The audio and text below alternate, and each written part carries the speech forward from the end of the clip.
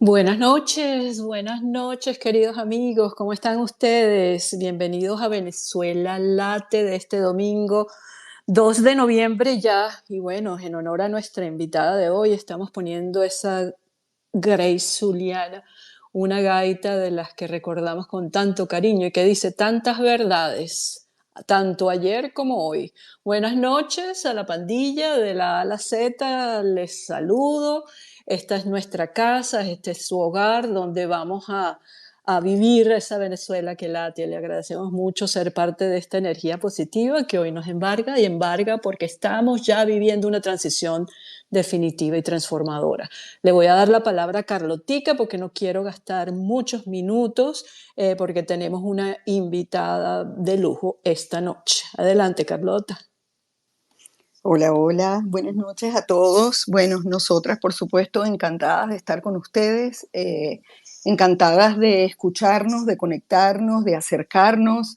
Y pues nada, de verdad, bienvenidos a todos. Veo a Maybor por allá abajo. Bienvenida, Maybor. Orgullosísimos, encantadísimos. Esta es una invitada de ultra lujo, una persona tan conocedora, tan cierta, tan auténticamente informada, que de verdad cuando uno la escucha, uno no le queda otra que creerle, a pesar de que ella habla de muchos temas difíciles, ¿no? Y complejos en muchos casos. Pero bueno, de verdad, buenas noches a todos, buenas noches, Maybor. Y bueno, nada, Eli está por ahí, tiene una presentación espectacular como siempre. Y pues nada, Eli, buenas noches, hola. Hola, buenas noches, Deborita, buenas noches, Carlotita y Maybor, por supuesto, y a todos los que nos están acompañando esta noche. Contentísima, es increíble cómo Maybor salta de un programa para el otro. Qué mujer tan activa. Espero que le haya dado tiempo de servirse, no sé, un cafecito, un té que la pueda acompañar esta noche. Pero bueno, voy a hacer, amigos, la presentación oficial como la hacemos cada domingo.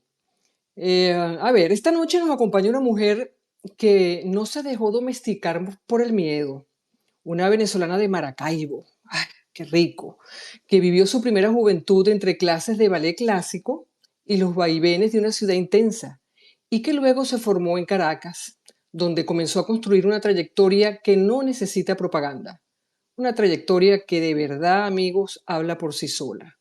Maybor Petit es periodista de investigación, politóloga y una de esas voces que incomodan porque no negocian con la mentira. Es autora de investigaciones fundamentales sobre corrupción, crimen organizado y relaciones entre el poder político y económico en Venezuela y fuera de ella. Estudió en la Universidad del Zulia y luego en París y Estados Unidos, no por lujo, sino por necesidad, porque la búsqueda de la verdad a veces exige cruzar océanos, idiomas y hasta silencios. Habla español, francés, inglés y creo yo que otros idiomas. Ha sabido moverse entre sistemas judiciales y culturales distintos, siempre con la misma brújula, la verdad. Ha investigado casos que otros prefieren no nombrar. Se ha sentado horas, días frente a expedientes duros, documentos judiciales, operaciones de lavado, redes criminales. Ha pagado el precio del exilio por ejercer el periodismo con rigor, pero también con un alma luminosa. ¿Saben qué? Hace yoga, le conmueven las auroras boreales y aún sueña con volver a caminar por el Ávila y tomarse un juguito de mora en Sabanieves. Es de las que no olvida el sabor de una cachapa con queso blanco, ni el sonido del silencio en el Amazonas. Maybor no es solo una periodista valiente, es una mujer que camina con sus preguntas y no le teme a lo incómodo. Esta noche no solo la vamos a escuchar con mucha admiración, la vamos a escuchar con gratitud, porque su oficio nos recuerda por qué el periodismo es importante. Bienvenida, querida Maybor, a esta tu casa. Venezuela late y late contigo. Adelante. Muy buenas noches, wow, tan bellísimos ustedes y esa presentación, Débora, Elizabeth, toda la gente que nos está escuchando, maravillosa. Bueno, me conocen más que yo misma, ¿no? Desde mis auroras boreales hasta todas esas años y horas que he pasado tratando de darle forma a lo que nos robó una parte de nuestro futuro, pero no todo el futuro. Porque hay gente que se siente triste, se siente frustrada, se siente amargada, se siente que ya no puede más porque han pasado 26 años de desgracia, pero yo creo que esto ha sido una lección que va a cambiar al país por siempre. Y a veces los entuertos cuesta mucho cambiarlos y incluye el cambio dolor, incluye sacrificio, que sin duda alguna Venezuela lo ha dado. Pero estamos frente a una especie de túnel donde se ve la luz allá afuera.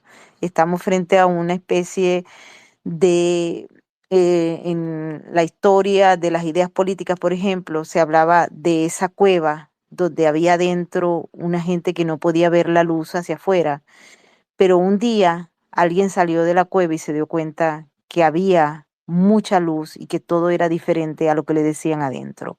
Nosotros hemos llegado a ese momento y bajo ningún concepto puede el pesimismo generado por todo el aprendizaje que hemos tenido pararnos en el proceso de desarrollo y construcción. 26 años de chavismo han sido fundamentales para destruir todo el país, para destruir incluso muchos la identidad. Ujú. Y hay otro tema que es muy importante, no sé si me están oyendo porque aquí algo pasó. No, Te estamos estamos escuchando. perfecto, sí. Me están escuchando. Es que el, el tema de reconstruir un país destruido en su totalidad, donde hay dueños que anteriormente no estaban en el siglo pasado, el dueño del petróleo era esencialmente Venezuela y PDVSA lo explotaba y Venezuela tenía una economía petrolera independientemente de lo que había presencia de empresas norteamericanas, había empresas europeas, etcétera. Venezuela tenía un control de esas exportaciones abiertamente. Hoy en día nos enfrentamos a otra realidad que es dura y es compleja. El régimen le ha dado contratos que no sabemos cómo los vamos a cambiar en un futuro, porque hay mucha gente que dice, bueno, lo firmó un gobierno ilegítimo y ya, eso es así. No, eso no es así. No, que Ujú. vamos para allá y que el contrato que firmaron con los chinos y todo lo que le han dado a los chinos no tiene validez. No, eso no es así, señores. Tenemos que entender la realidad. Es Ujú. dura, pero hay que entenderla para poder empezar a edificar con criterio cierto y no con propaganda ni humo lo que hay que hacer. Correcto. Los contratos con China no son fáciles tumbarlos. Yo he revisado contratos de China en Argentina, por ejemplo, y Milei no pudo tumbar esos contratos. Ganas tenía de hacerlo, pero no pudo hacer. Y no lo pudo hacer porque esos contratos están ligados a una serie de herramientas, de estructuras internas y externas que no permite. Igual los contratos rusos parece que los mismos los hizo el mismo abogado. No Mm. se pueden tumbar.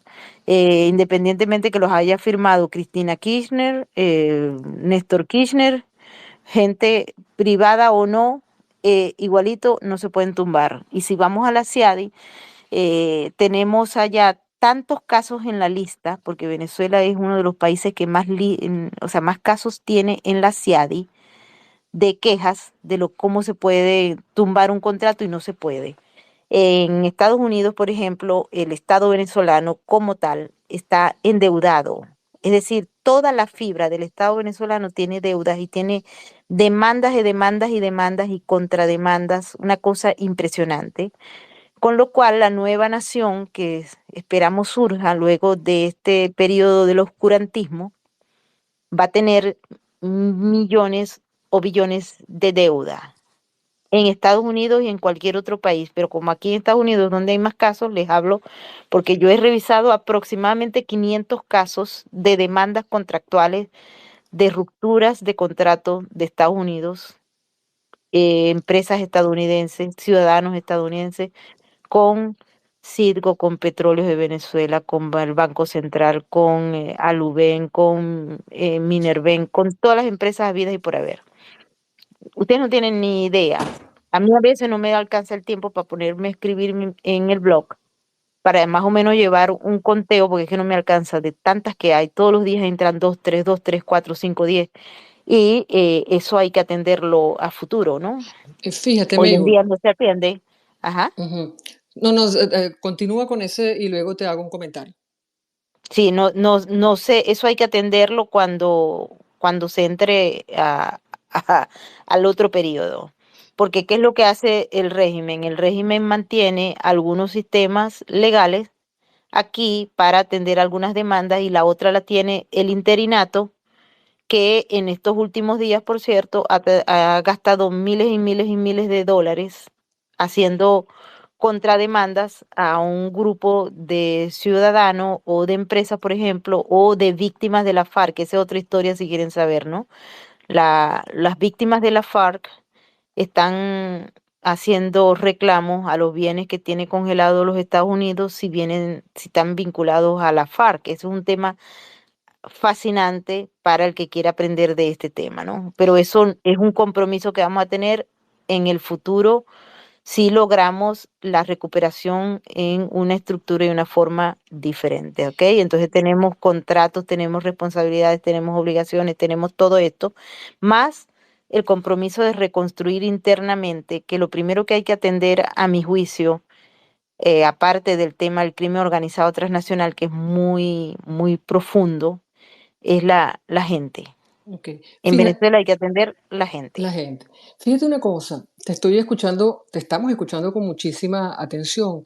Y Maybor, y yo digo, caramba, ¿de dónde viene esa fuerza para hablar además, con esa certeza con la que hablas, ¿no? Y voy a ser como las niñas, amiguitas, que se jalan la falda así por detrás, porque voy antes de que entremos en toda esta conversación importantísima de la que vamos a hablar, porque sí, me quiero detener un momentico en algo para dejarlo a un lado, ¿no? Fíjate, en este espacio a nosotros nos gusta mucho empezar por esos primeros años, ¿no? Por esa, como te decía, por esos años de niña, ¿no? Que a veces se olvidan, pero que guarda la semilla de todo lo que vino después, ¿no?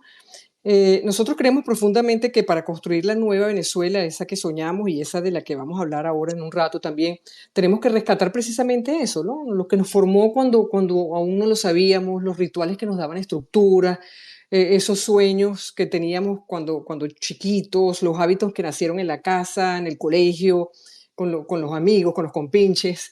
Y antes de hablar de todo lo que tiene que ver con expediente, justicia, exilio, etcétera, etcétera, me quiero detener un instante en esa Maybor del ballet, en esa Maybor que hace yoga todos los días, en ese amor temprano por la belleza y el equilibrio, que también esa costumbre, eh, o sea, que también es costumbre, ¿no? Que creo haberte leído, fíjate, además, y tú me vas a corregir, o escuchado alguna vez, que tú chiquita te sentabas a leer el periódico cuando todavía eras una niña. Eso es verdad, Maybor. Sí, sí, en mi casa leían el periódico y yo sentía un entusiasmo extraordinario por conocer qué era lo que pasaba en el mundo. Me Ujú, interesaba muchísimo y me fui aprendiendo historias. Bueno, luego empecé a leer, yo leía libros, muchísimos libros. Siempre fui una enamorada de la lectura, pero de las noticias me encantaba saber qué estaba pasando en Estados Unidos, en lo que informaban los periódicos, sobre todo internacional y también local. Y ustedes están hablando con una persona que desde el día uno que yo tuve conciencia, también yo amo el arte, las bellas artes. No solamente el ballet, yo amo la ópera, yo amo la música clásica. Creo que es parte de la esencia de Occidente y siempre pues he sentido ese amor y esa pasión, ¿no? ujú. Entonces yo cuando era niña yo leía mi periódico, leía los periódicos, veía los noticieros y luego, bueno, luego entendí que los noticieros no eran tan buenos, ¿no? Pero, y los periódicos tampoco, pero me costó entenderlo en mi proceso de formación ya de pensamiento crítico. Pero sí, los leía mucho y siempre estuve muy interesada en saber qué era lo que pasaba fuera de mi cosmo, ¿no?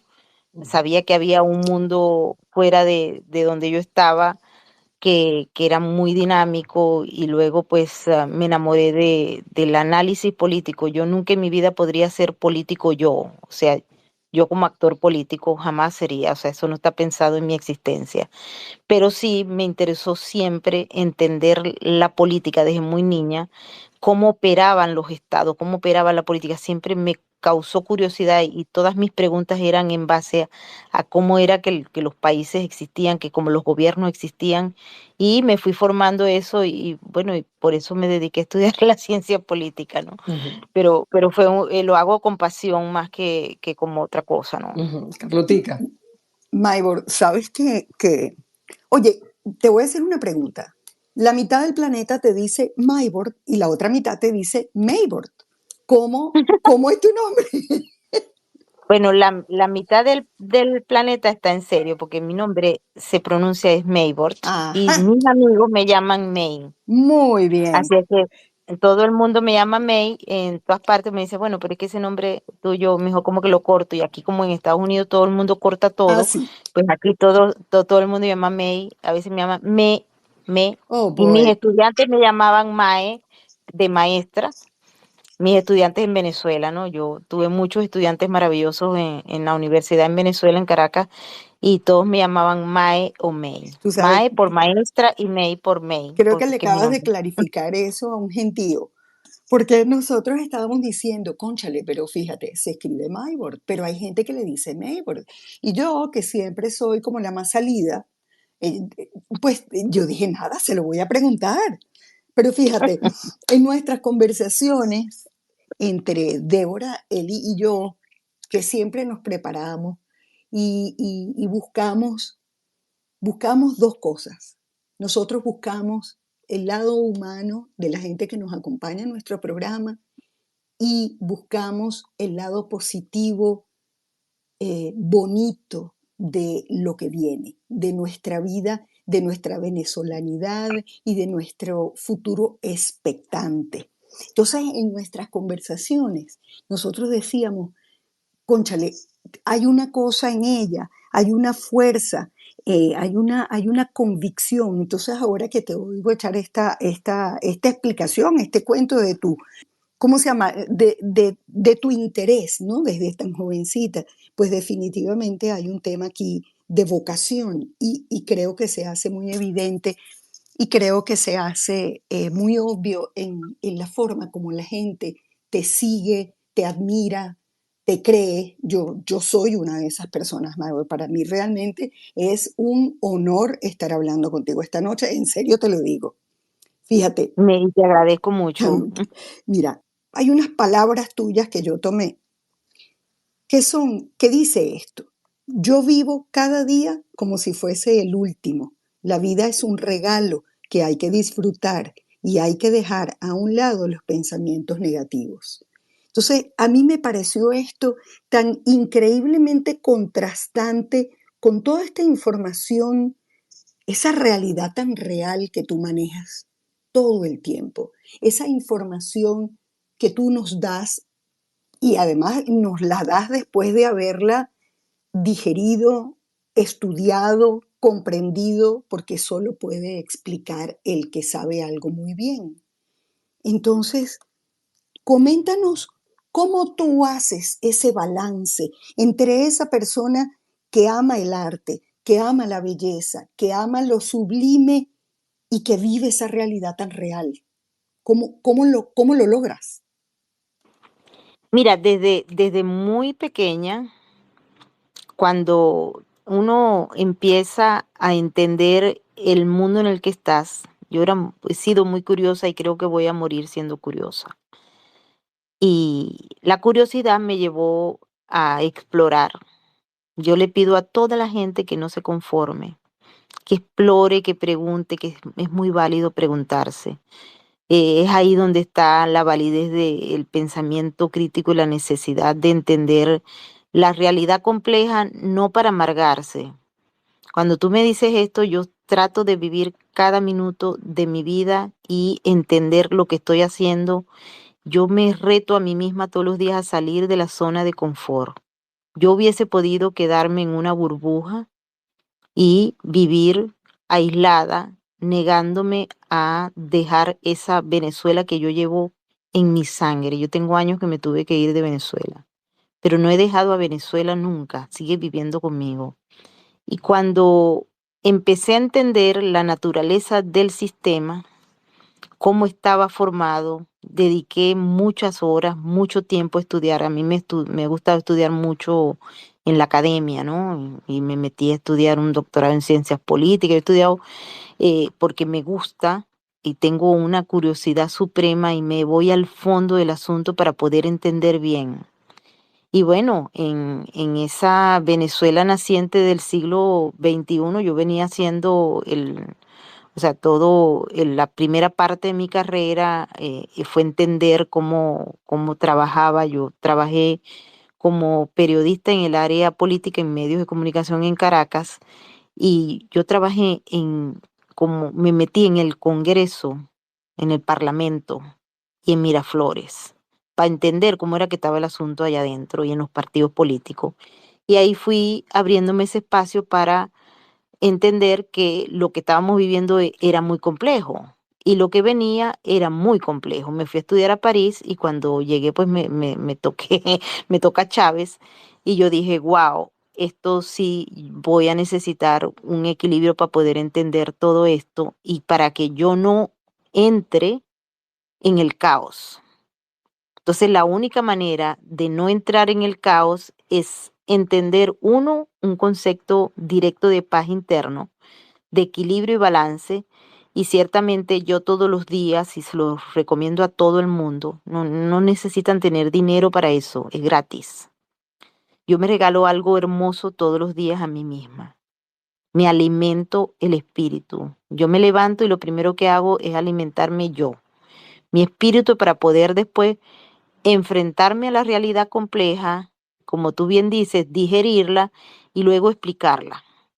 Explicarla en los términos porque como es cruda, el crimen organizado es crudo, es cruel. La gente se divorcia, pero yo he visto criminales, he aprendido a leer la mente de los criminales, el comportamiento de los criminales. Y hasta el criminal más criminal de todos los criminales ha llorado y tiene humanidad. Entonces yo trato de entender lo que nos está pasando a los venezolanos, pero también a todo el mundo. ¿No? Nosotros no somos una isla, solo que las características del modelo que estamos viviendo nosotros, obviamente es hoy en día tal vez un modelo de lo que no debe ser, ¿no? Pero nos ha enseñado mucho. Entonces, cuando yo trato de meterme en los asuntos profundos del narcotráfico, de todos estos criminales de alto calibre, ya yo he respirado, me he regalado, puedo regalarme unas vistas preciosas de la luna. A mí me encanta ver la luna, yo no sé si a ustedes les gustan y disfrutan y se tripean la luna, yo me la tripeo full. Me gusta ver cosas, por ejemplo, yo vivo cerca de una bahía y me voy a ver cosas bonitas en una bahía o me pongo a escuchar algo lindo, música que me guste, música que me conecta. La música clásica es mi preferida, pero también tengo algunos artistas que me dan momentos lindos cuando los escucho y me conecto. Me gusta meditar y eso me permite hacer el puente. A veces yo estoy en juicios que son muy, muy fuertes. Mucha gente no entiende cómo opera esto, ¿no? Y yo salgo cerca de, por ejemplo, de la corte donde se hacen, yo voy a dos cortes donde por lo general tengo que seguir casos graves, ¿no? De terrorismo, de narcotráfico, etcétera. Y conseguí un centro cerca y yo me voy a veces ahí a meditar. A veces salgo, me compro un café, soy una fanática del café, no me gusta el café con otros sabores. Y camino y voy a ver algo lindo, o me meto en una galería, o veo algo lindo. A veces, para tomar un break, me meto en un cine de estos independientes. No me gusta mucho el cine comercial, pero sí el cine independiente. Y me veo una peli por media hora, o a veces veo cortos, y después salgo y salgo como nueva. Así, bueno, ya respiré, ya me voy a calar mis narcos otra vez. Hay que entenderlo. Yo siempre le digo a la gente, no huyan de la realidad, hay que comprenderla, entenderla, porque hay que enfrentarla. y no se enfrenta con mentiras, no se enfrenta, porque si ustedes no enfrentan el problema no va a desaparecer, el problema se queda ahí y no va a esperar que ustedes lo vayan a ver a resolver, sino que se sigue empeorando. Hay que enfrentarlo, pero yo creo que si uno está con fortaleza interna, producto además de, hay mucha gente que no cree en Dios, pero es espiritual. Yo creo en Dios y yo tengo mis formas de comunicarme con Dios y mis prácticas en el ámbito religioso, pero adicionalmente a ello, como soy amante del arte y de las bellas artes, eso me nutre mucho y cada vez que me puedo escapar, me escapo. Yo todos los días paso por una galería, paso por ahí, veo alguna fotografía, algo. Yo tengo que darme algo diariamente. Meditar me encanta, hacer yoga, si no, no pudiese andar acompañándolos en esta lucha contra Venezuela porque pues no das. Y pues leo también, me la paso leyendo, leo cosas bonitas, no se crean, ¿no? Hasta escribo poesías, nunca las publico, pero yo escribo a veces para soltar mi espíritu de tal manera que la información que uno ve todos los días, maté a 117 y aquí estoy, pues, y quiero matar más, o sea, ahí uno, uno ve lo peor de lo peor. Yo estuve conversando con varios colegas que han hecho, que luego de haber pasado tantos años haciendo trabajo del crimen organizado, uno de ellos es un gran amigo que tengo en Brasil. Ellos se retiran, o sea, los periodistas o los escritores, los analistas, los investigadores en el área del crimen organizado, llega un momento en que el crimen organizado te quiere, primero te intenta comprar, no te pueden comprar, te amenazan, te calumnian, te hacen campañas en contra de tu reputación, te quieren matar a tu familia, te quieren enlodar. Luego, si nada de eso sirve, entonces te quieren matar. Entonces, como comprenderán, no es atractivo. En el caso de México, tuve un colega que lo mataron. En el caso de Brasil, lo acosaron, lo quebraron, o le dijeron, o sea, todas las técnicas, porque son las mismas técnicas que se aplican en todas partes, ¿no? Y obviamente yo no soy la excepción, a mí también me las han aplicado. Todo el que se mete en este mundo del crimen organizado le pasa exactamente lo mismo. El tema está en cómo enfrentarlo. En mi caso, como tengo vías para enriquecerme día a día, yo digo, bueno, ando metida en este asunto, o sea, obviamente tú asumes que te pueden eliminar. A mí me ha tocado ir a guerras. Estuve en la guerra de Ucrania que todavía está ahí y he ido, no sé, nadie se había, yo nunca en mi vida me había imaginado que yo iba a ir para Ucrania, pero fui a trabajar y vi la guerra allá, y la guerra que se vive en Ucrania es diferente a la guerra que nosotros vivimos, pero nosotros estamos en guerra también.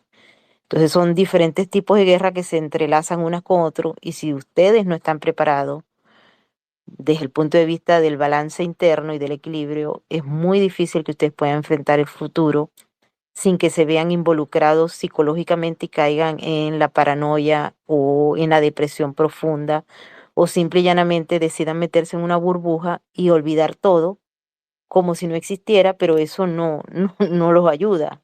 Van a ser unos seres frustrados que han metido la realidad y se han tratado de separar, vivir en una burbuja o no. Y hay otros que históricamente se dice que la ignorancia representa la felicidad, entonces prefieren entrar en la burbuja de la ignorancia para ser felices y bueno, no verse mezclado con una realidad que no les gusta, pues, que no les gusta, y hay otros que pagan para que les mientan y digan que esa realidad no existe. Es complejo, ¿no? Son comportamientos, son formas de ver la vida, pero en mi caso en particular yo lo he hecho de esa forma y estoy muy contenta de hacerlo de esa forma, porque yo además lo Sí. disfruto, ¿no?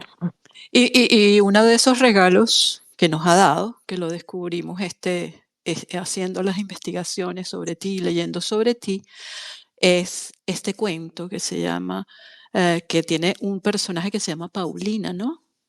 Una Ah, niña sí, sí. latina que migra y aprende otro idioma, enfrenta aulas que no siempre son amables, y eso de este cuento dice mucho de lo que llevas por dentro, ¿no? Escribiste este cuento, dinos, Mira, ¿Paulina tiene mucho de ti? Paulina realmente existió, ¿ok? Paulina existe aquí en Estados Unidos y es una niña extraordinaria. Yo les cuento que dentro de todas las cosas que yo hago para ser feliz, para equilibrarme, yo escribo cuentos infantiles para ayudar a una fundación de aquí, de Nueva York, y otra que está en Connecticut, y hay unas que están en Washington, D.C., que hacen esfuerzos extraordinarios en esta época tan triste para los niños venezolanos, y ellos envían libros, envían comida, envían juguetes en la Navidad, etcétera.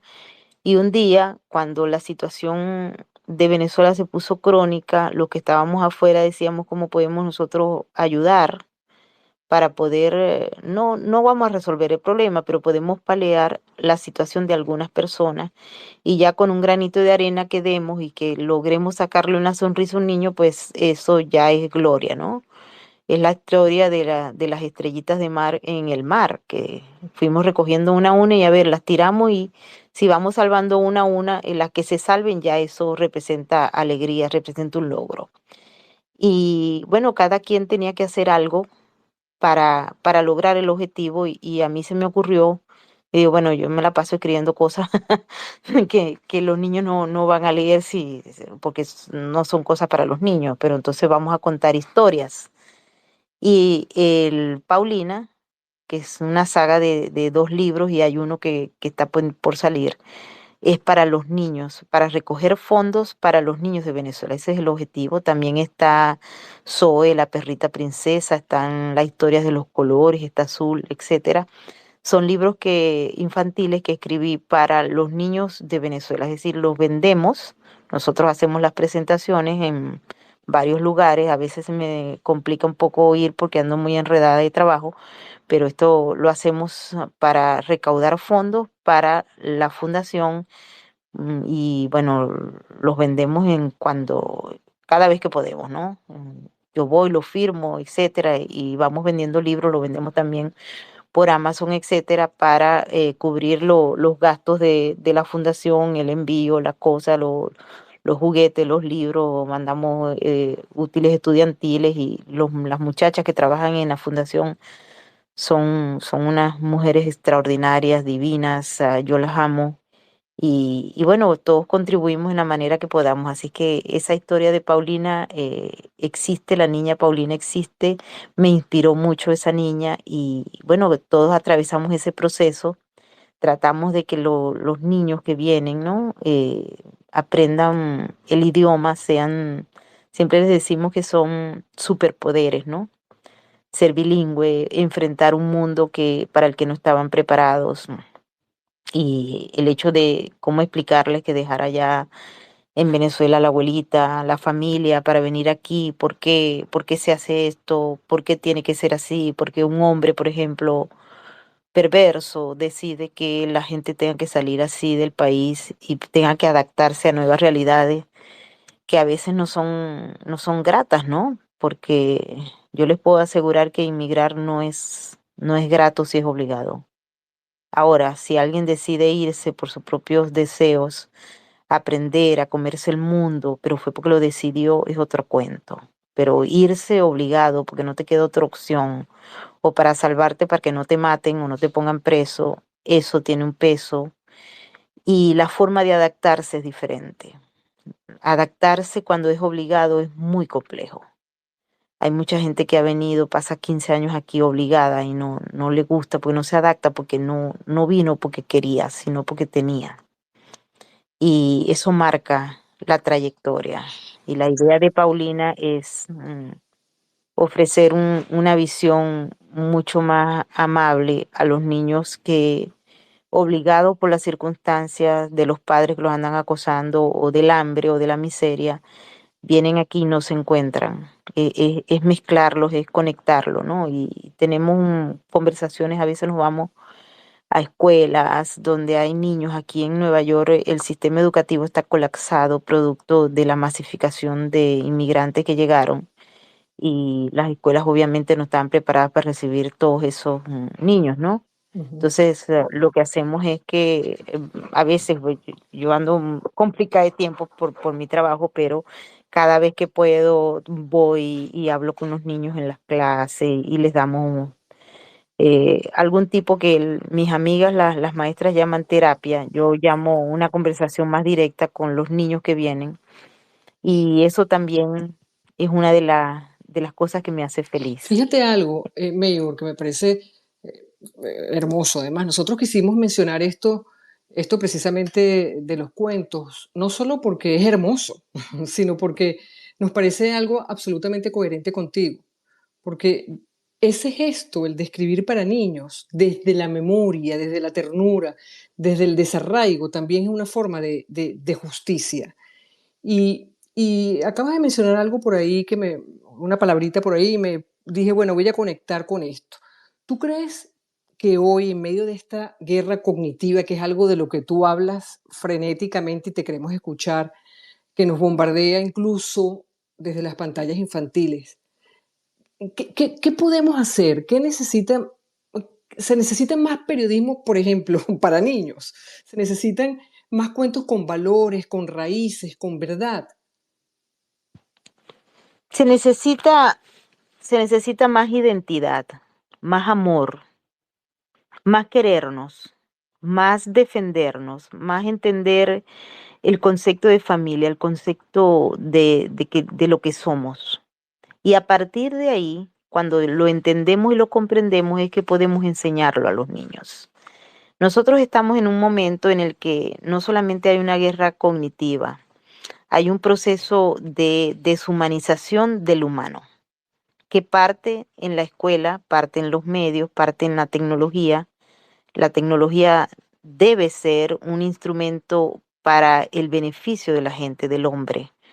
Pero en estos momentos no pasa así. En estos momentos, y esto lo tenemos que tener claro, y cada quien que tenga en su casa, o sea, yo siempre invito a la gente a que vea primero en su casa, luego en el vecindario, y luego mirar hacia los otros alrededor, los vecindarios que tienen al lado.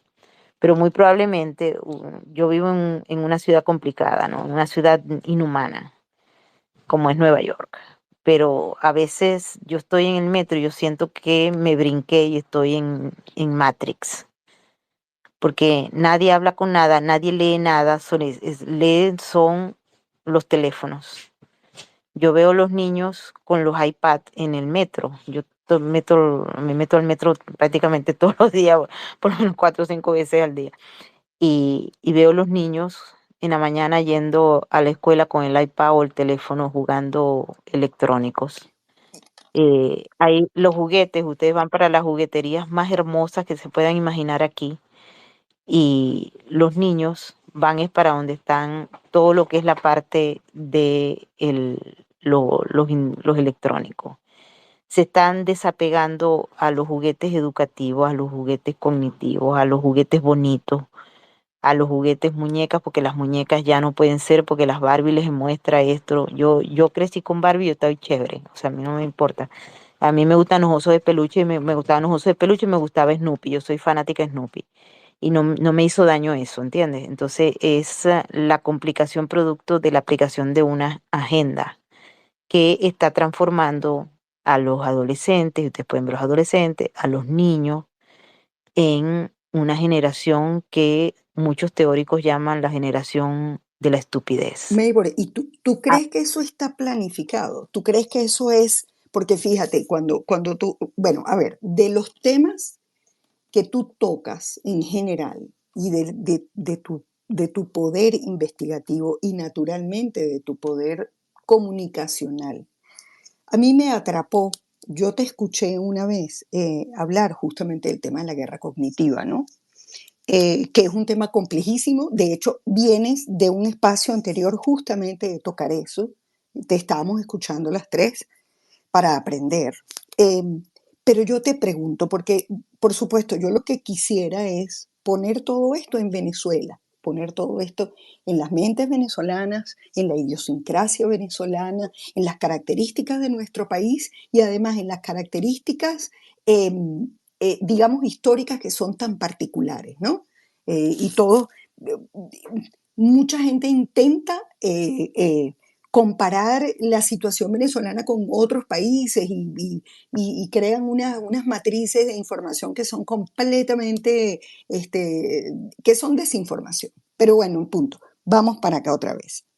¿Tú crees que nosotros como país, como personas que tenemos la responsabilidad y la voluntad y el deseo de hacer cosas en este futuro muy cercano, de trabajar, de bien influenciar, ¿ok? ¿Tú crees que nosotros podemos hacer algo en la mentalidad, justamente en el proceso cognitivo de nuestro país, de nuestra gente, para amortiguar un poco, para crear una inmunidad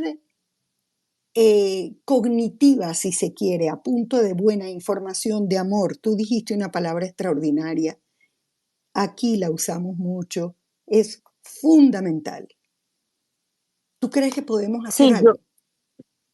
yo creo que se puede hacer, pero vamos a depender, y eso hay que, nosotros, todos estos 26 años tienen que servirnos de aprendizaje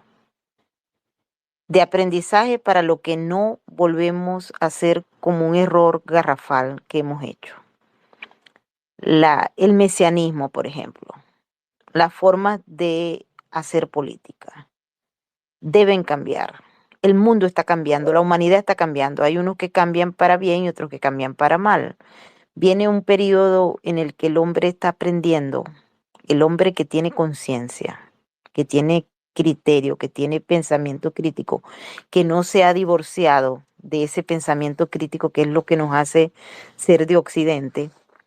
Ese grupo está evolucionando hacia un sistema superior. ¿Por qué? Porque estamos observando lo que está ocurriendo y somos capaces de entender que no podemos seguir así. En el caso de Venezuela, tenemos algunos obstáculos que solamente con amor y con voluntad de hacerlo lo vamos a poder superar. Hay una población adoctrinada, una población jóvenes que tienen vocabulario a veces escasos de 100 palabras. No pasan. Hay un estudio preocupantísimo de venezolanos jóvenes que no son capaces de manejar 100 palabras de vocabulario. Eso es espeluznante. Pero el tema es que no solamente es en Venezuela, es en América Latina, es en muchos otros países. ¿Por qué? Porque hay una involución producto del exceso del uso de la tecnología, del uso de las redes sociales. Las redes sociales nos ayudan a comunicarnos como estamos comunicándonos ahora, pero también permiten, como hay tanta desinformación, hay una creación de una pereza mental y del exceso y abuso de información, de información que a veces podemos tener, antes no teníamos y para comprar un libro necesitamos dinero, ahora podemos tener el libro pero nadie lo lee, no lo lee completo, la gente no lee, la gente está dejando de leer. Y en Venezuela la situación caótica tampoco genera interés en la lectura. Nosotros siempre tratamos de que la gente lea, lea, lea. Ustedes tienen que leer, es la única manera de poder tener el pensamiento crítico y la capacidad de adaptarse al sentido común. Si ustedes no tienen eso, si ustedes no leen, no pueden hacerlo. Pero la gente no lee. Y no lee, entonces eso lo tenemos que enfrentar. Recuerden, es un fenómeno global. Hoy en día la gente lee menos a pesar de que están todas las bibliotecas digitalizadas y solamente con ir a hacer un clic se consiguen los grandes clásicos, pero nadie los lee. Ustedes escriben un artículo de 8 párrafos y la gente lee un párrafo y ya yo me doy por enterado de todo lo que dice. No importa que yo no lo lea, pero la gente se cree que por leer pedacitos por aquí, pedacitos por allá y pedacitos por allá, ya saben todo y no les hace falta nada. El aprendizaje de lo que hemos perdido los venezolanos, yo creo que también incluye esa parte que es creer que lo sabemos todo y en el fondo terminamos no sabiendo nada, porque si hubiésemos sabido algo, no hubiésemos tenido al innombrable allí ganando unas elecciones en el 98. No se lo hubiésemos permitido como ciudadanos, como pueblo y no hubiésemos permitido que pasara un 2011, un 2001, perdón, y un 14 y después volver este individuo y todo lo que hizo hasta la fecha y luego el heredero, que es este en el que andamos ahora, ¿no? Si nosotros hubiésemos sido un pueblo arraigado en costumbres, en valores, etcétera, esto no hubiese ocurrido, porque los abusos de los autoritarismos llegan cuando la sociedad lo permite y nosotros como sociedad lo permitimos. Los que decíamos que no nos callaban, nos agrupaban y nos metieron en una burbuja, en un sectáculo diciendo que éramos unos radicales locos que no sabíamos lo que estábamos diciendo, Ujú. pero sí era lo que sabíamos y no nos quisieron oír. Nos llamaron locos y nos tuvimos que ir. Entonces, recuperar eso, mira, la pregunta es tan interesante como a la vez representa uno de los retos y de los grandes obstáculos. Y la única manera, repito, de que podamos lograr ese objetivo es que agarremos a unos gobernantes que tengan el criterio claro de lo que se necesita y no los politiqueros abusadores estos que andan buscando a ver cómo hacen para figurar. Sí. Nosotros tenemos gente extraordinaria y maravillosa, bien formada. Todo esto de la diáspora por ahí, hay una diáspora que anda echándose fotos y son influencers que tienen 8 palabras, pero hay gente que está estudiando. Yo conozco muchachos jóvenes, en estos momentos estoy tan contenta porque estoy ayudando a los jóvenes que son líderes del futuro en Iberoamérica y he conseguido unos estudiantes allí, unos muchachos fabulosos, unos venezolanos divinos, esos que tienen 20 años, 22 años, esos son los que necesitamos. Son gente que está aprendiendo afuera y adentro y saben el interés y entienden todo y aman Venezuela. Ujú. Eso me permite a mí pensar que hay una esperanza y salir de todo ese poco de viejos abusadores corruptos que tienen ahí años clavados y no han hecho nada sino consolidar al régimen. Entonces esos viejos para afuera. Que venga esa gente joven, formada, divina, que tiene claro los objetivos y que no, nosotros los estamos enseñando a que no se dejen corromper ni neutralizar. Esos jóvenes maravillosos que tuvieron que abandonar y que fueron como Paulina, que dejaron a los abuelos allá y que no entendían cómo es la cosa, y que tienen ahora 20 años aquí, tienen el criterio claro y esos serán los líderes que nos pueden ayudar a enfrentar estos obstáculos que les estamos planteando. ¿Por qué? Porque tuvieron acceso y porque leen, porque se están formando y porque tienen pensamiento crítico. Para mí eso es fundamental. Y Ujú. el amor hace querer hacer las cosas. Yo creo que ahí está el otro tema que es si estamos buscando un récipe, una receta, para hacer algo bonito para mañana, ese es un ingrediente que no podemos dejar de lado. Totalmente. Y además hay que conectarse con el amor propio y con el amor hacia afuera, las dos cosas. Así Así es. es. Y fíjate, Vamos. Débora, antes que vayamos a darle la oportunidad, no sé cuánto tiempo tienes para estar con nosotros, Maybor, a mí me da cosita, porque tenemos gente que quiere hacer Bueno, preguntas. les cuento que hoy me fui a New Jersey, por allá re lejos, a Ujú. buscar un reconocimiento hermosísimo que me dieron. Ay, más bello. Un, un diablo de Yare bellísimo. Pero bueno, lo cierto es que fue un jaleo para ir y para venir, y como yo tenía un programa que había acordado que nosotros siempre hacemos los domingos, etcétera, pues bueno, estoy con ustedes tal vez que como 15 20 minutos más porque tengo que comer. Tan bella, mi amor. Bueno, ya te vamos a dar de alta, Una pues ya gente, te vamos a dar de alta. una gente que come como yo, soy un ser humano que come. Mira, mi vida Te amada, pero mandamos, te mandamos unas arepitas desde sí, aquí. sí, pero fíjate que Y está, además yo no sé si ustedes saben que yo tengo una muñeca, una Golden Retriever. ay, qué belleza. Es una peluda, pero Mm, fantástica. Entonces yo la camino a ella todas las noches y hoy la voy a caminar porque tengo un compromiso con esa peluda. claro, eso es prioridad. Pero fíjate, antes de que vayamos, me encanta porque, bueno, nos conectamos, yo sé que aquí estábamos toda la sala vibrando con la parte del amor y de esa diáspora además que está afuera, de la que hablamos tanta, y nosotros formamos parte de esa diáspora. Yo tengo 30 años aquí, Débora tiene 20 años, Carlotica X cantidad de años en México, pero hay mucha gente, obviamente, que está conectada desde Venezuela y nosotros somos parte de esa gente que queremos regresar y reconstruir el país. Pero me quedé un momentico con el tema de la guerra cognitiva, ¿no? Que es ese nuevo método para desarmar sociedades sin disparar un solo tiro, Mabel. O sea, Ujú. esa guerra no se libra ya con tanques ni misiles, sino con ideas, con emociones, con trampas disfrazadas de información. Y eso lo estabas hablando tú hace un ratito en tu programa, ¿no? No se trata de solamente de noticias falsas ¿sabes? Verdades empaquetadas, ¿no?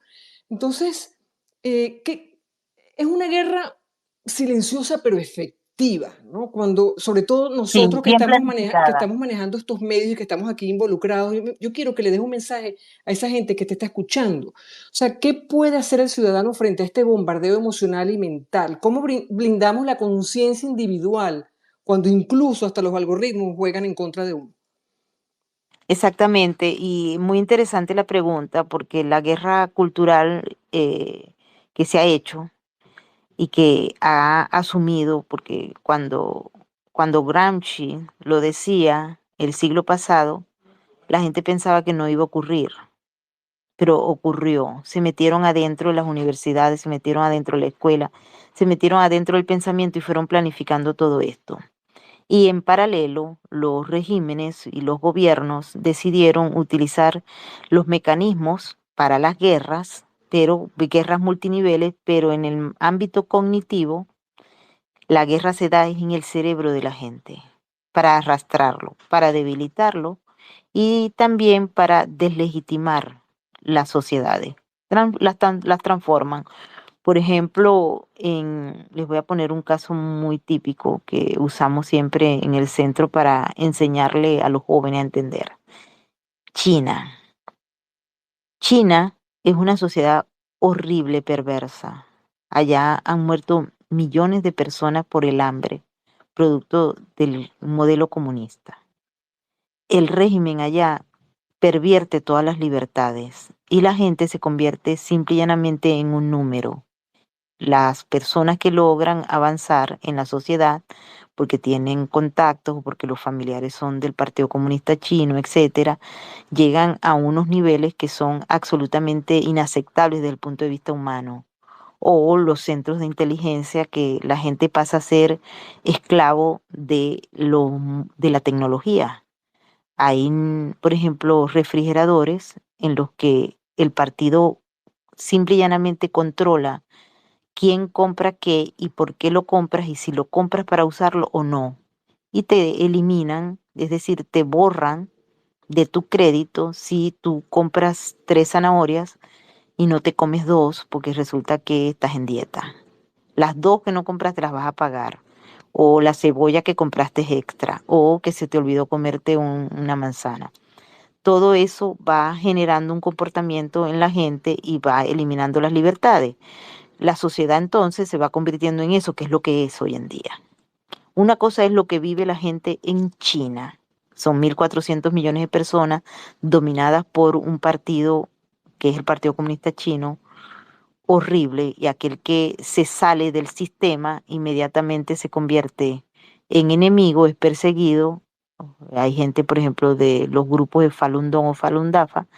El Falun Gong es una actividad que la gente hace para conectarse consigo mismo y balance, pero el régimen lo considera como una opción de resistencia en contra del régimen. Eso van presos y van muchos, de acuerdo al testimonio, a venta de órganos, ¿ok?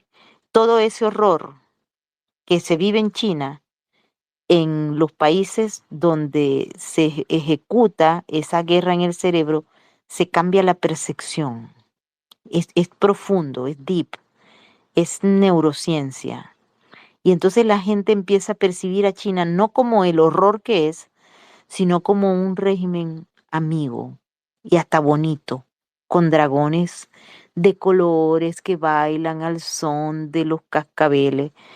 Pero eso es una percepción creada, falsa, porque ciertamente la cultura china es milenaria, es bellísima, pero no la de este siglo que es un horror y la del siglo pasado. Nadie puede decir que el chino es feliz, solamente aquellos que viven en los enchufados de allá, para que los entiendan los venezolanos.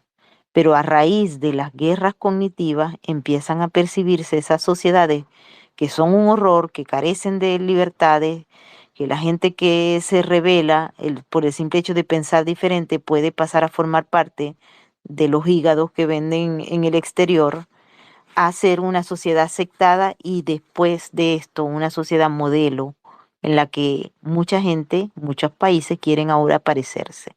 Mucha gente quiere ser como China, sin tener idea de que China es un horror, porque se lo venden y le atacan el cerebro y les rompen la percepción. Con el ejemplo de China podemos poner muchos ejemplos, también Rusia pasa lo mismo, o sea, y nosotros en estos momentos, particularmente los venezolanos, pero es global el asunto, estamos sufriendo, estamos experimentando, a mí no me gusta la palabra sufrir porque sufrir significa víctima y yo estoy contrario a la concepción del ser humano como víctima, autopercibirse como víctima, porque eso le permite a la fuerza del Estado, a la fuerza de los gobiernos, etcétera, usarlos. Pero si ustedes tienen crítica y son capaces de criticar, entonces no los usan. Entonces yo trato de no utilizar esa palabra, ¿no? Pero sí estamos experimentando en el cerebro de la gente una guerra cognitiva que se ha dado en muchos otros lugares, pero la estamos percibiendo en unos niveles que nunca antes la habíamos percibido, al menos lo habíamos mapeado. He tenido oportunidad de trabajar el caso, por ejemplo, en Ucrania, y en Ucrania es terrible lo que pasa. Y ellos están en guerra militar y en guerra cognitiva por dos modelos de sociedades que ninguno de los dos ofrece una alternativa para la gente. Porque Putin es un horror y Zelensky es un horror. Entonces los ciudadanos están entre un horror y otro horror y víctimas de la circunstancia y experimentando una guerra cognitiva permanente que no les permite pensar porque están atascados con una mm, información tras otra información tras otra información y todo es falso. Solamente te enteras que es la realidad cuando tiras el teléfono a un lado o no escuchas. Tú te vas, tú te tienes que ir. Entonces ahí es que la gente entra en contacto con la realidad. En el caso de Venezuela, el hambre a veces rompe la estructura, ¿no? De las guerras cognitivas, pero a la vez se convierten en herramientas. Esto es muy deep. Es, Se convierte en herramienta para el mismo régimen o para los otros grupos de presión, porque siempre vamos a estar en eso hasta que no haya una gente formada que sea capaz de pensar. Ha avanzado mucho. Para poder luchar contra la guerra cognitiva se requiere nuevamente la educación con capacidad de hacerse preguntas. Yo le enseño siempre a mis estudiantes el método socrático, es la vía. El método socrático rompe la estructura de la guerra cognitiva, pero Bueno, tiene un requerimiento que no mucha gente lo quiere hacer, que es leer. leer. Es muy difícil en estos tiempos, ¿no? Pero vamos a Ujú. abrir la sala. Reclamador, tienes el micrófono para que le hagas la pregunta a Mabel. Y acuérdense que Maybor tiene que pasear a la Golden Retriever y tiene que comer, ¿ok? Nada más digo para que no se extiendan demasiado. A la princesa, más respeto. A la princesa. Gracias, un placer, Maybor, un placer a la sala, gracias por la oportunidad, la chica superpoderosa. Yo tengo dos preguntas em, básicas. Una es que usted siempre habla de que esto es una guerra y yo, pues por mis investigaciones y lo que he leído, desde el 2013 he estado investigando al cártel de los soles como tal y el tráfico en Venezuela.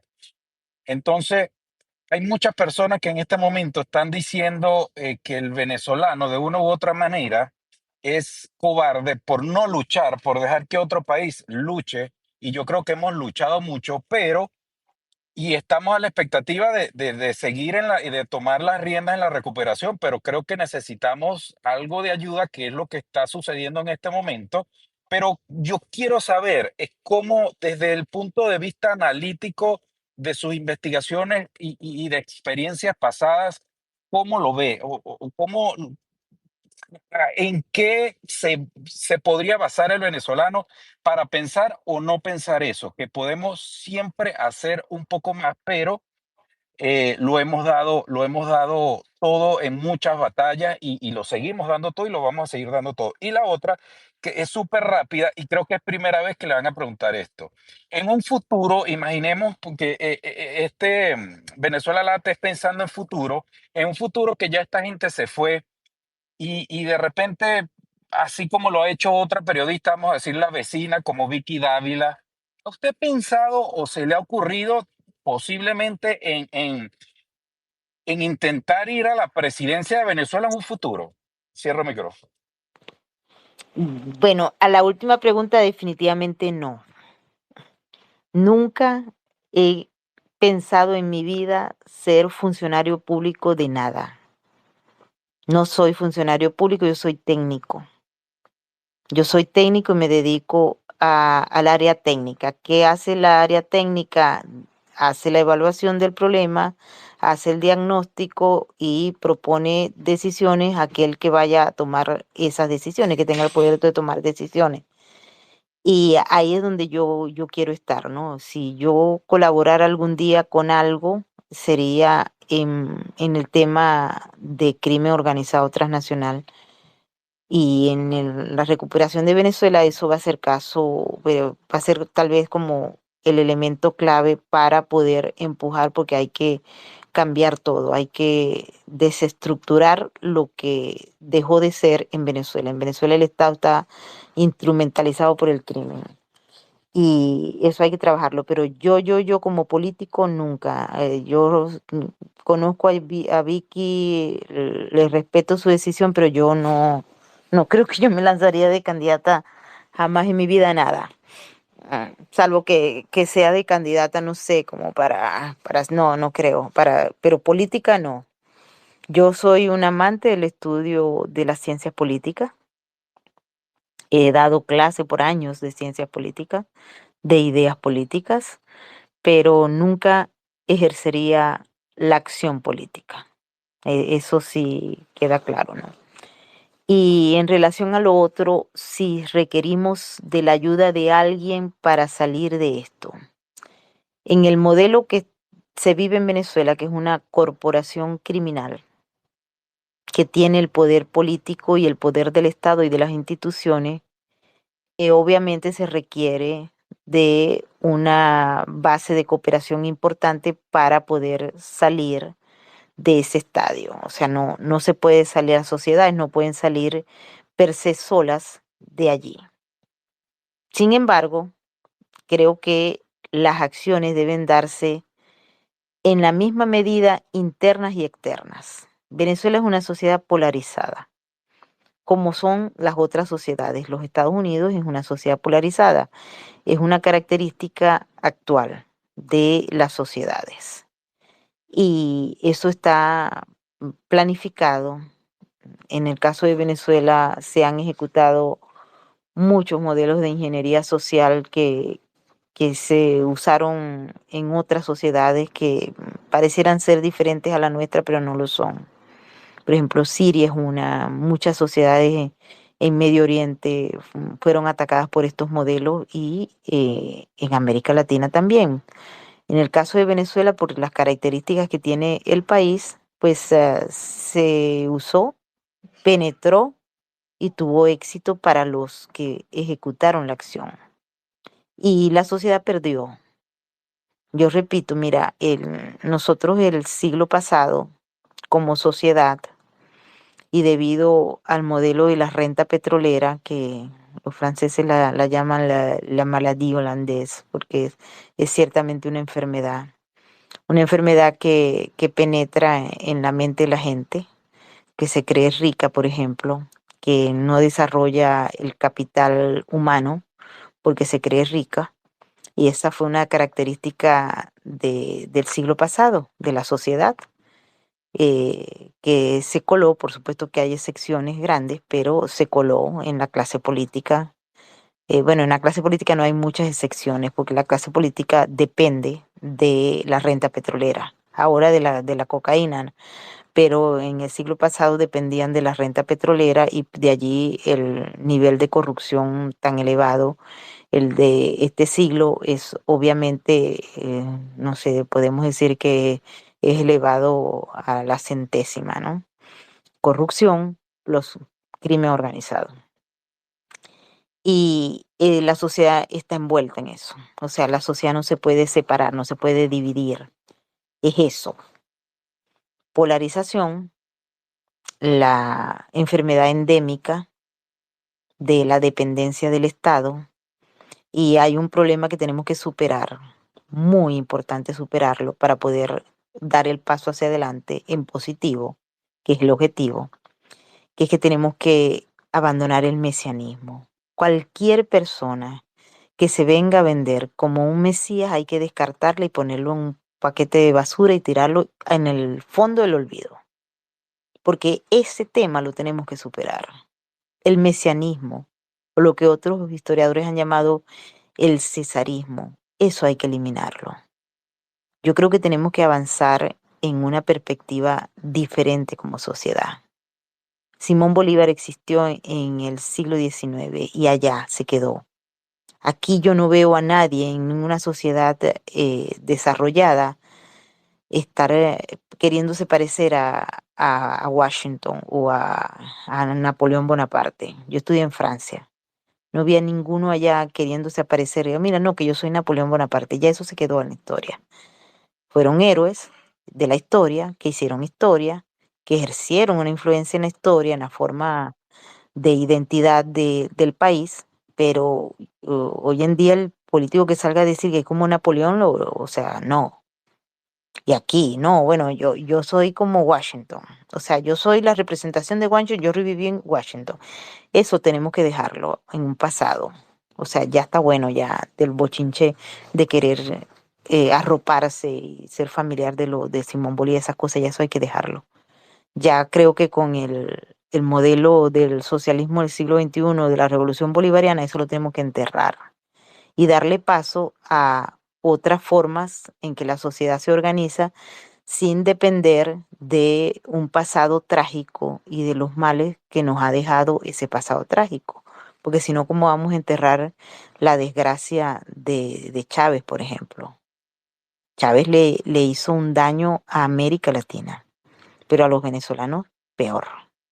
Entonces, esa parte la tenemos que superar y tenemos que entender que la población está dividida, que una parte de la población está adoctrinada y que no nos la sabemos todas y que el mesianismo no nos va a llevar sino a otro fracaso. No podemos ser mesiánicos. Tenemos que entender el gobierno como gobierno de los terrestres. Nosotros somos terrestres. Nadie es por allá galáctico, no. Son gente terrestre, son humanos y necesitamos gobernantes humanos que se ubiquen en la realidad y que se dejen las payasadas, porque ya para payasadas estamos rellenos. Necesitamos gente seria y la hay, gente educada. Nosotros no podemos estar repitiendo los errores de la revolución. No podemos, porque si lo hacemos vamos a simple y llanamente meternos en un hueco por los próximos 25 años. Vienen cambios sustanciales en la sociedad. A partir de los años, de 5 años, de los 30, vienen cambios circunstanciales de toda naturaleza. Y nosotros no podemos estar pensando en Simón Bolívar, o en Francisco de Miranda, o en Manuelita Sáenz. O sea, no podemos seguir en eso. Hay venezolanos que quieren salir, ya, ya, ya, vamos a salir, ya, pues, vamos a salir. ¿Y que cómo lo vamos a construir? ¿Repitiendo los mismos errores? Haciendo que los políticos son trabajadores de la gente, empleados nuestros, pues, para que lo sepan. No son Así dioses, es. no Ujú. son dioses. no son gente que nació en el siglo XIX y reencarnó para venir a hacer batallas épicas. Tenemos que dejar eso de lado. Hasta que no entendamos el asunto, no vamos a poder dar el paso y saltar el océano que nos aleja y que nos convierte en la sociedad que somos, una sociedad atrasada. Somos una sociedad que tiene gente brillante brillando por todos lados, menos allá, porque allá el que brilla lo entierran. Bueno, Nadie es profeta en Venezuela. Entonces tenemos que dejar de lado eso. Y yo creo que hay mucha gente que ha tomado conciencia. Por eso el chico que me estaba preguntando, yo creo que sí, que tenemos que ver las cosas en positivo, todo en positivo, pero también tenemos que cortar, agarren una tijera gigante y empiecen a cortar ese cordón umbilical del siglo XIX, inclusive del siglo XX, ujú. porque estamos va a empezar ahora el segundo cuarto del siglo XXI. O sea, nos quedan 75 años del siglo XXI. No podemos vivir pegado al siglo XIX y a Simón Bolívar y Páez y el otro. No, no, no, no, no. Y sáquense los líderes que ustedes se les vendan como si fueran dioses o como si fueran iluminados o como si se echan fotos con Jesucristo y Simón Bolívar, sáquenlo porque esos no sirven, van a ser una basura peor que lo que vemos. Sí, Necesitamos humanos, profesionales, gente normal, líderes que con fuera, principios, ¿no? fuera la ridiculez, fuera ya eso ya pasó, ya. Y si no hemos aprendido de esto, entonces vamos a sacrificar el país por más años. Totalmente de acuerdo, Mabel. Líderes con principios, además, no con aureolas. Mira, No, voy a pedirte un favor porque sé que hay varias manitos levantadas, pero por favor, vamos a permitirle a Estrella, que desde hace 3 días, cuando le dijimos que tú eras la invitada, ella levantó la mano. Creo que tiene 72 horas con la manito levantada para que te haga... Estrellita, no vamos a hablar con Estrellita. Bueno, ya la perrita me está mirando así como que, epa, hello, pero bueno, no, vamos, Estrellita se lo merece, Estrellita, vamos. Hola, Maybor, ¿cómo estás? Mira, Maybor, ya sé. Yo sé que Hugo te llama Ah, ¿qué te está? Maybor. No, que Hugo te- no, Hugo nunca va a aprender a decir las cosas porque Hugo anda en otra dimensión. Está bien, está bien. No, mira, yo lo que voy a hacer es saludarte y agradecerte un montón por el trabajo que haces. O sea, tú no sabes lo que a por lo menos a mí me simplificas la vida porque yo necesito saber algo, yo voy y veo el canal de YouTube de Maybor. Es bien, bien sencillito, me pongo a ver. Mira, para mí de verdad es un placer conocerte, o sea, poder escucharte también hablar. Conocer un poco más la parte personal, porque creo que haces un trabajo magnífico y de verdad que eternamente agradecida, especialmente por eso, porque a mí me gusta mucho investigar y si quiero simplificar las cosas, escucho a Mabel. Entonces, de verdad, muchísimas gracias por el tiempo que te tomas, porque también me gusta bastante la idea de conocerte personalmente, o sea, conocer más de tu persona y de más allá del trabajo que haces, que es magnífico. Y bueno, nada, vaya a pasear su perrita. Ay, gracias, mi amor. Y Gracias, gracias, yo Estrella. quiero, antes de que te vaya, darle la manito a Deco también, que es un amigo de Colombia, y tienen el problema de que Petro anda con la espada de de Simón Bolívar por América Latina. Ah, Deco, pues tu ese pregunta también. breve. Qué, hon- Ese se contagió. qué honor, de verdad, muchas gracias. Qué cátedra que he escuchado hoy, Maybor. De verdad, muy amable. Una sola reflexión muy pequeñita.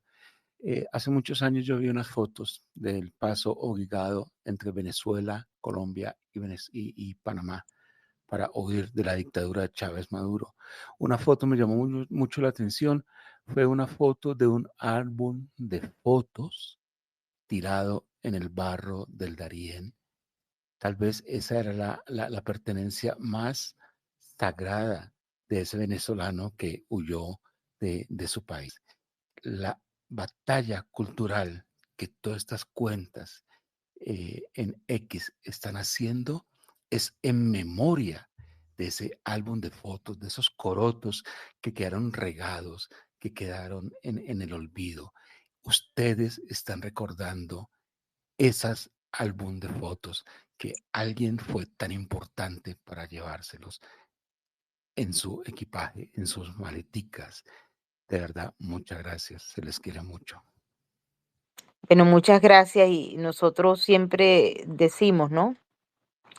Uno, que venimos del futuro, razón por la cual cada vez que vemos un síntoma de algo decimos, ay, esto ya yo lo viví. Dos, los venezolanos nos hemos convertido en una maleta. A veces yo siento que yo soy una maleta. Es más, a veces trato de buscar una maleta que tenga rueditas, cositas, porque siento que nosotros somos una maleta. Nos hemos convertido la sociedad en una maleta. Andamos para arriba y para abajo, a veces sin rumbo. ¿Por qué? Porque tenemos una identidad que ha tratado de ser extraída, eliminada, pero que no pueden porque, pues, Venezuela es eso, ¿no? Venezuela es la gente. Venezuela es el territorio, el Salto Ángel, pero Venezuela es la gente. Y cada pedacito de gente que anda por ahí convertido en una maleta forma parte de eso, de ese álbum con fotos. Hay gente que se lleva lo más preciado. Yo, pues, yo no me pude traer las cosas preciadas, todas las cosas preciadas, pues, me quedaron allá. Y como comprenderán, no las puedo ir a buscar. Y tampoco sería evidente que en las circunstancias actuales yo decida, pero hay gente que dejó lo más preciado allá y se trajo algo, algo. Bueno, una amiga me hizo el favor hace un tiempo atrás de traerme una cosa que significaba mucho para mí espiritualmente. Y ella vino un día y pasó por mi casa y me la buscó y me la trajo, ¿no? Y pues yo la tengo y cuando quiera que yo voy, pues me mudo o algo, yo me llevo mi símbolo, ¿no? Que es como una pegantina que tiene uno así con el ayer. Y que definitivamente ese ayer muy probablemente pueda convertirse en el mañana si logramos el objetivo. Siempre le digo a los hermanos colombianos, pues yo a Colombia la amo, yo voy para Colombia y me siento en casa. Como no puedo ir para Venezuela, lo más cercano que tengo para sentirme hogar es Colombia. Porque en Brasil uno va, pero no es lo mismo, ¿no? Es en Colombia que uno se siente como si estuviera en casa. Y yo les digo siempre, tengo muchos panas y hoy en día que los estoy ayudando, no para diagnosticar a Petro, pues ya Petro está diagnosticado, pero para evitar que se produzca que los colombianos quieran ser como los venezolanos, es decir, un fracaso. Una sociedad que se perdió entre el autoritarismo y el crimen organizado. Y ustedes tienen un candidato perfecto para eso, pero la intención es no dejarlos que triunfen. Por eso estamos hoy día dándole la mano a los colombianos para que diagnostiquen bien y no vaya a pasarle lo que nos pasó a nosotros. Y creo que tienen muchas posibilidades de romper esa intención de hacer la Gran Colombia. Eso también hay que dejarlo allá en el siglo XIX. Así que los colombianos, muchos los veo con ganas de entender y de cambiar.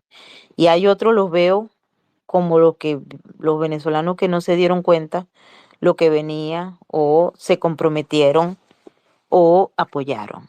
Porque Chávez llegó con la clase media también ahí. No quisieron oír. Y eso puede pasar en Colombia. Pero bueno, ahí estamos metiéndole pitazos todos los días. No lo hacemos por canzones, lo hacemos porque no queremos, porque amamos a Colombia y no queremos que se parezca a esta desgracia que vivimos los venezolanos. Así que le agradezco al amigo colombiano, uno, estar aquí y dos, escucharnos y tres, traernos esa reflexión tan interesante. Maybor, querida, antes de que te vayas, una pregunta que estoy segura que la vas a poder contestar de manera breve. Si pudieras invitar a María Corina Machado a caminar juntas por el Ávila, ¿qué conversación tendrías con ella? ¿Qué le dirías? Mm, a ver, le diría muchas cosas, bueno, le he dicho muchas cosas, sin poder caminar las dos por el Ávila, ¿no? Pero creo que en un momento determinado no se puede dejar seducir y caer en los errores que han cometido otros, porque ella se ha ganado un puesto a fuerza de trabajo, pero se tiene que divorciar de una realidad que no es la que ella tiene que estar, por lo menos, defendiendo. Ella tiene que demostrar que es diferente y que no va a repetir los mismos patrones del pasado. Hay algunas actuaciones que me preocupan porque no podemos aplaudir una jauría y ella la puede controlar o no controlar. A veces las jaurías no se controlan. Entonces le diría eso, le diría que pise con pies, se quite los zapatos y ponga los pies en la tierra y se conecte con la tierra y que no se vaya a desconectar y que no permita que la jauría la desconecte, porque perderíamos todo lo que hemos logrado. Y a veces pienso que se ha logrado bastante en función de ese aspecto en particular, pero hay muchos intereses de por medio que pueden agarrar la tijera esa y cortar la conexión con la tierra y con la realidad. Y Maybor, en este caso, como tú dijiste, que no debemos mirar hacia lo mesiánico, ¿qué papel jugamos nosotros en El hacer que eso no suceda? advertir, quitar esas fotos ridículas y esos memes ridículos que llegan a la gente y que lo está haciendo un laboratorio para endiosar y para hacer mesiánico a alguien. No se puede permitir, hay que hablar con la realidad. No se puede permitir lo mesiánico. Cada vez que vean una caricatura ridícula con gente puesta con alas o echándose fotos con Jesucristo o elevando a las alturas de Dios, de los ángeles, bórrenlas, critíquenlas, elimínenlas. No las acepten, porque estamos cayendo en el mismo juego vulgar. Y si se ponen a ver las de hoy en día y las de Chávez, son exactamente lo mismo. Solo cambia algunos colorcitos. Y eso no lo podemos permitir porque hemos perdido entonces todo lo que se ha hecho. Y el dolor va a ser triple, porque el problema no se va a solucionar. Bueno, Maybor, Sí. gracias por este recorrido que fue mucho más que una entrevista. De verdad que fue una clase de coraje, de memoria, de verdad. Y nada, nos despedimos conscientes y a ver, sabemos que tu trabajo, mejor dicho, tu trabajo nos recuerda por qué vale la pena seguir encendiendo luces incluso en los pasillos más oscuros del poder, ¿no? Y eso es algo que nos queda claro esta noche, que el periodismo cuando se hace con convicción y riesgo, como lo haces tú, se parece mucho a un acto de amor del que hablaste anteriormente. Así que mil gracias por estar con nosotros, acompañarnos. Carlotita, rapidito, y Débora. No, bueno, nada, un honor, como te lo dije antes, o sea, de verdad, escucharte es una cosa importante e interesante, las dos cosas. Gracias por todo. Y te quiero comentar algo, con esa cabeza que tú tienes, de verdad, y con ese corazón y esa sensibilidad que tú tienes, jamás en la vida te definas como un objeto inanimado, porque esa maleta tuya realmente es un baúl enorme. Entonces, de verdad, gracias por compartir con nosotros, gracias por estar, por aceptar, gracias por todo lo que haces y pues nada, seguimos adelante. Claro, ese es el objetivo. El objetivo es entender la realidad, enfrentarla con coraje, no dejarse seducir y meterse en una burbuja, porque los problemas se solucionan cuando los entendemos y también creo que esto es sumamente importante para que la gente no se frustre. Cada vez que nos caemos, nos levantamos porque de las caídas aprendemos. Los fracasos son sumamente importantes para poder lograr avanzar.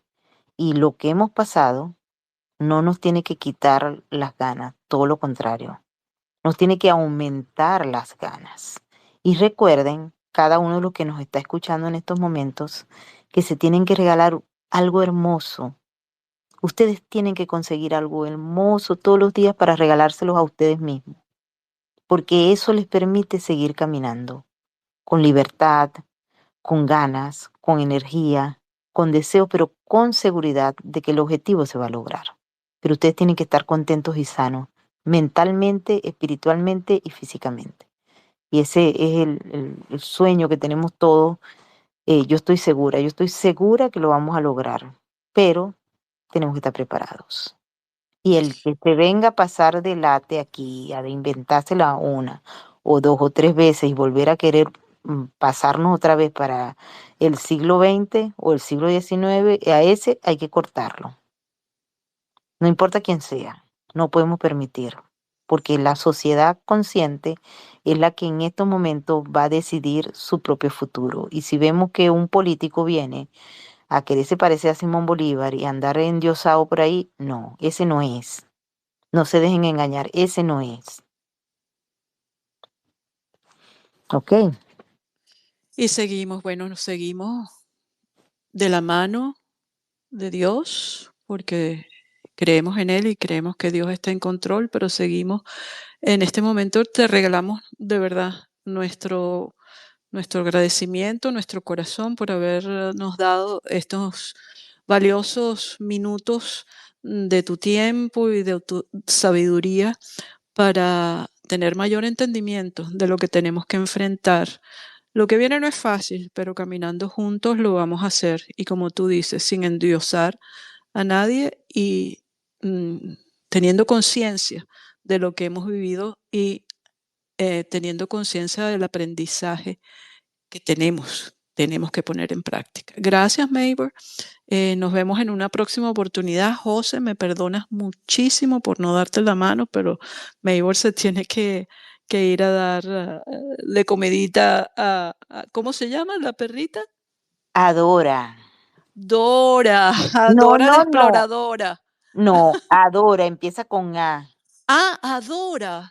Adora, como la princesa de los videojuegos. Ay, Adora. Bueno, un Adora, pero besito. además de darle comida a Adora, voy a darle comida a esta su servidora, porque no comí. Ok.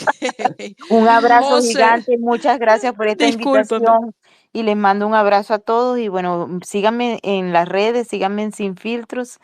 Nosotros tenemos una reunión todos los meses en Patreon y ahí conversamos un ratico también toda la gente de ahí de Patreon. ¿Y Así que cómo síganme uno por se va a Patreon? Cuéntame. Patreon.com/Venezuela Política. Ok, Allí perfecto. nos juntamos una vez al mes y conversamos así de las cosas que la gente quiera. ¿Ok? Vale, Perfecto. gracias. Un abrazo, Bueno, un Maybor. abrazo gigante, cuídense y qué bonito este espacio. Me encantó. Yo pensé que venía a hablar aquí el Chapo Guzmán, de Pollo Carvajal, toda esa gente fea. Pero bueno, he hablado con gente linda y eso me nutre mucho, particularmente un domingo. Un abrazo, Vale, un bendiciones a todos. abrazo. Bye bye.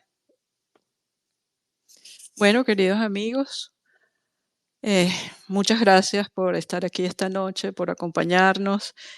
Me perdonas, José, me vas a Ay, a mí, perdonar mil sí, Débora, veces. yo también quiero, de verdad, me da O mucha sea, pena con José tengo el que, corazón No partido. las no, perdono porque me han ay, no, dejado a José decirle a esa querido. señora, ahora me van a Como, escuchar ustedes a mí, como la Sí, sí, guayabera, toda la José. noche, toda la noche aquí me contigo. han dejado para yo decirle a esa señora que todo lo que ella dijo, bueno, yo me quito el sombrero, pero qué bonito lo que dijo, porque ¿sabes qué?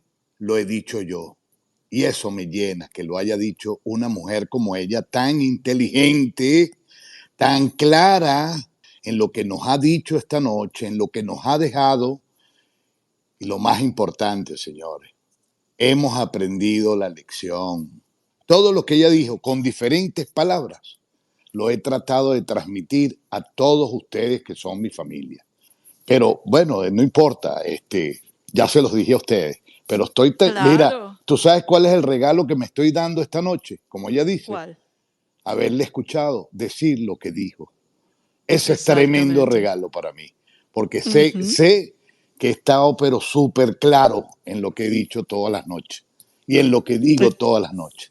Bueno, y queda registro digital de esto. Ok, Queda gracias. registro de las palabras de ella y de las tuyas, José. Sí, señor, así mismo es. Bueno, pues gracias, gracias. Dios me las bendiga siempre. Excelente Amén. espacio. siempre de altura y una grandísima invitada. Qué hermoso, de verdad. Nos enriqueció mucho más el pensamiento de lo que debemos ser, lo que debemos hacer y cómo lo vamos a hacer. Eso es muy importante lo que ella ha dicho esta noche. De verdad que gracias a ustedes, de verdad, por este espacio. Dios me las No, bendiga y a Gracias. todos todos. ustedes. Un Gracias, beso a gracias. todos, que pasen buenas noches y nos vemos mañana, Dios seguramente. mediante. Un abrazo. Hasta luego.